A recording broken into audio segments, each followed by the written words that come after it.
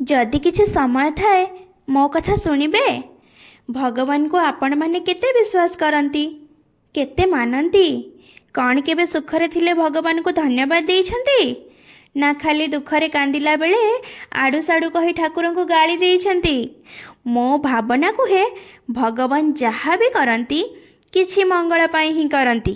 ସୁଖ କ'ଣ ଦୁଃଖ କ'ଣ ଯାହା ବି ହୁଏ କି ଆପଣଙ୍କୁ ଯାହା ବି ମିଳେ ସେଥିରେ ଭଗବାନଙ୍କ ଇଚ୍ଛା ହିଁ ରହିଥାଏ। କାରଣ ତାଙ୍କ ଇଚ୍ଛା ବିନା ଗଛରେ ପତ୍ରଟିଏ ବି ହଲି ନଥାଏ। ମୁଁ ଜାଣିଛି ହୃଦୟର ସହ ଈଶ୍ୱରଙ୍କୁ କିଛି ମାଗିଲେ ତାହା ନିହାତି ପ୍ରାପ୍ତ ହୁଏ।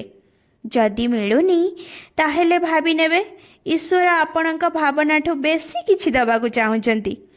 ଆଉ ଯଦି ପ୍ରାର୍ଥନା ଅନୁଯାୟୀ ଫଳ ନ ମିଳିକି ଦୁଃଖ କଷ୍ଟ ମିଳୁଛି ତାହେଲେ ବୁଝି ନେବେ କେଉଁ ଜନ୍ମରେ କରିଥିବା ଭୁଲର ପରିଣାମ ହିଁ ଭୋଗୁଛନ୍ତି। ଭଗବାନ ନିଷ୍ଠୁର ନୁହନ୍ତି, ସେ ଜାଣିଛନ୍ତି କାହାକୁ କ'ଣ ଦରକାର।